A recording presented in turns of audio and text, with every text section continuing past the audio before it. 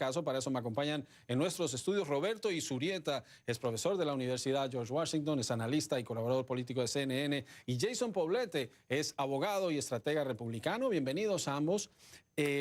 Esto genera mucha sorpresa. ¿Quién es Edward Snowden? ¿Cómo llegó a este puesto? ¿Por qué le dio por hacer esta filtración? Dice él que el gobierno está desbocado y que el gobierno se está excediendo. ¿Cómo maneja el gobierno un caso de estos en el que mucha gente puede estar de acuerdo con lo que dice Snowden cuando se ve el alcance de los programas de vigilancia electrónica? Roberto. Yo quisiera poner un poco de contexto aquí. Es un caso distinto al de Wikileaks, porque en este caso él expone razones ideológicas o ciertos principios por los cuales está haciendo esta denuncia. Punto uno. Punto dos, también dice, yo podría haber develado o boicoteado el programa y no lo hizo. Lo que quiero es que se abra un debate. En tal sentido, yo creo que va a encontrar ciertas fuerzas que se van a sentir solidarias, por decirlo así, con su causa. Más allá de eso, por supuesto, él tendrá que enfrentar cargos criminales porque tenía relaciones contractuales que le impedían hacer estas develaciones. Jason. Y es claro que lo que ha creado es una tempestad política, ¿no? También, porque aquí está pasando varias cosas. Primero, después de los ataques de septiembre 11 de 2001, yo me acuerdo cuando estaba trabajando en la Cámara, que entramos en esta casi misma discusión. La administración Bush propuso la ley Patriot, el Patriot Act, y querían la ley actuada en 5 días.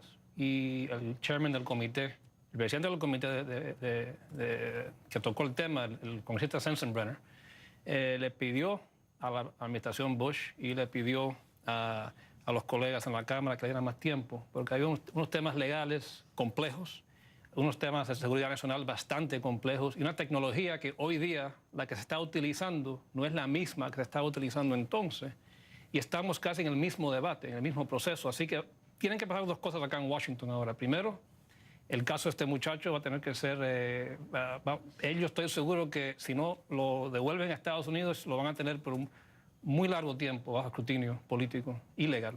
Y en segunda, estudiar también qué sucedió en el mandato que se le dio a esta administración y la realidad, qué es lo que se está haciendo.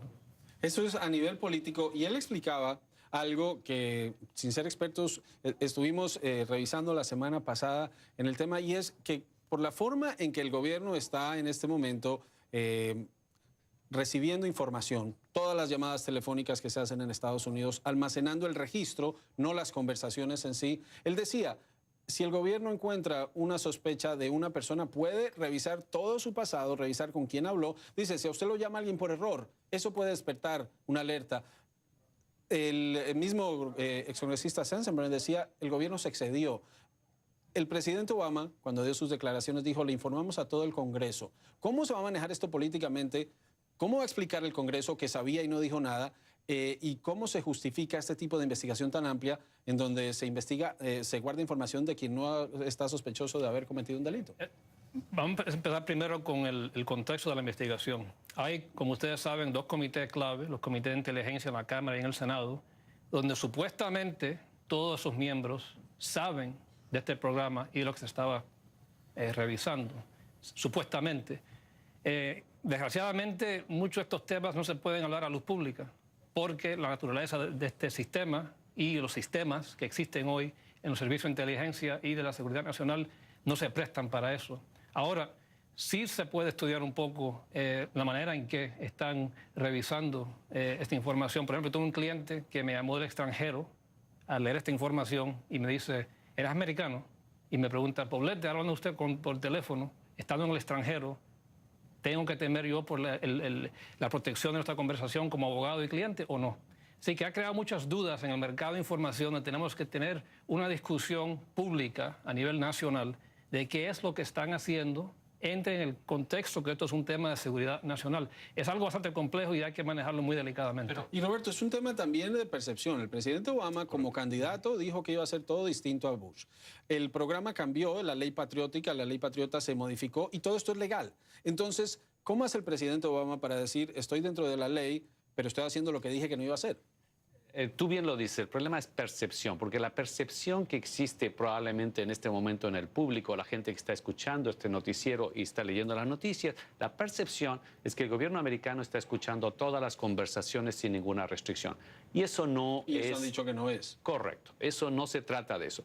Para escuchar una conversación se necesita un proceso, y tú eres experto, se necesita un proceso legal dentro del marco de las leyes aprobadas posterior al 11 de septiembre, que sí es cierto y existe evidencia que han sido demasiado laxos en esos permisos, pero se necesita un procedimiento especial en una corte especial. Pero lo que sí están haciendo es que cada llamada que se origina en un teléfono en Estados Unidos se registra el número que llamó, a dónde llamó, cuánto tiempo duró la conversación y eso queda almacenado. Pero no el contenido. No el contenido, pero sí el registro. Y esa información, como dije, en el 2001 existía, pero ahora está a un nivel más sofisticado, donde están utilizando sistemas, donde están analizando esa información y con qué propósito van a utilizar esa información. Porque pueden crear perfiles electrónicos de una persona donde no fue previsto en la ley patriota. Entonces, como dijo el chairman Sensenbrenner y algunos demócratas también lo han dicho, que eso no era el propósito de esa ley. Ahora, como dije anteriormente, hay 15 miembros del Comité de Inteligencia en la Cámara y en el Senado que saben los detalles de este programa y va a ser muy interesante a ver cuánto sale a luz pública y cuánto fue legal y no constitucional y viceversa. Parte de la especulación la semana pasada era quién estaba filtrando esta información luego que se había dado un escándalo por la forma agresiva en que el gobierno iba tras quienes revelaban información a la prensa. No resultó ser un funcionario de alto nivel, no resultó ser un agente de muchos años de experiencia, resultó ser un joven de 29 años, quien no terminó la secundaria, quien no terminó la universidad, quien logró trabajar para la CIA, para la Agencia Nacional de Seguridad, y que renunció a un empleo en el que supuestamente ganaba más de $200,000 al año para revelar esto. ¿Qué dice esto de todo este proceso? Y de pronto, Roberto, Jason, muestra que este tema de la inteligencia ha crecido tan rápido y que el sistema de seguridad ha crecido tan rápido que una persona como Edward Snowden tiene acceso a información tan confidencial como esta.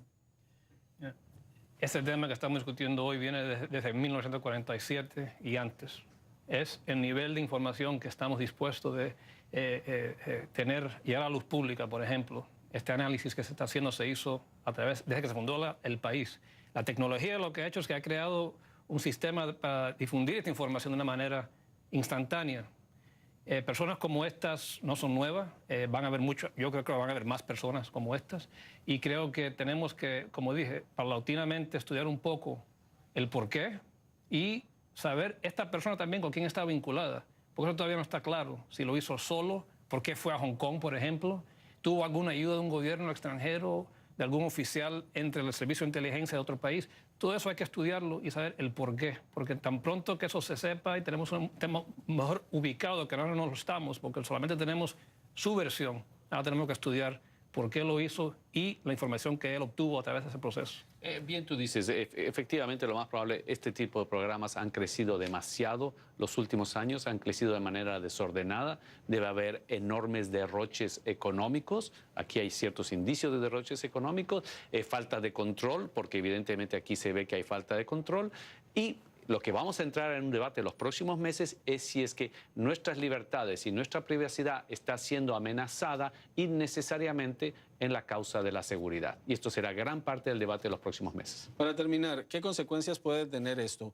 Si el Congreso convoca audiencias, van a tener que convocar audiencias reconociendo que ellos estaban al tanto del programa.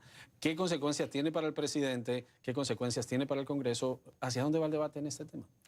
Si me permites, yo siempre sostengo lo siguiente, cuando un presidente, en este caso un presidente más bien de centro izquierda, está siendo acusado de temas de esta naturaleza, el costo político que paga es menor porque la credibilidad o la percepción que se puede tener de un presidente como Barack Obama, que está realmente tratando de escuchar todas las conversaciones de los ciudadanos americanos, es poco creíble.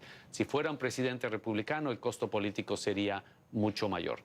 Y creo que, por ejemplo, yo sé que el presidente, como dice el profesor, ellos han recalcado que la guerra contra el terrorismo, que yo prefiero recalcarla como la guerra en contra el islamismo radical, había terminado. Ya estamos viendo que, por ejemplo, en Utah están construyendo una base militar de $2 billones que exclusivamente la van a utilizar para este tipo de proyectos de ley.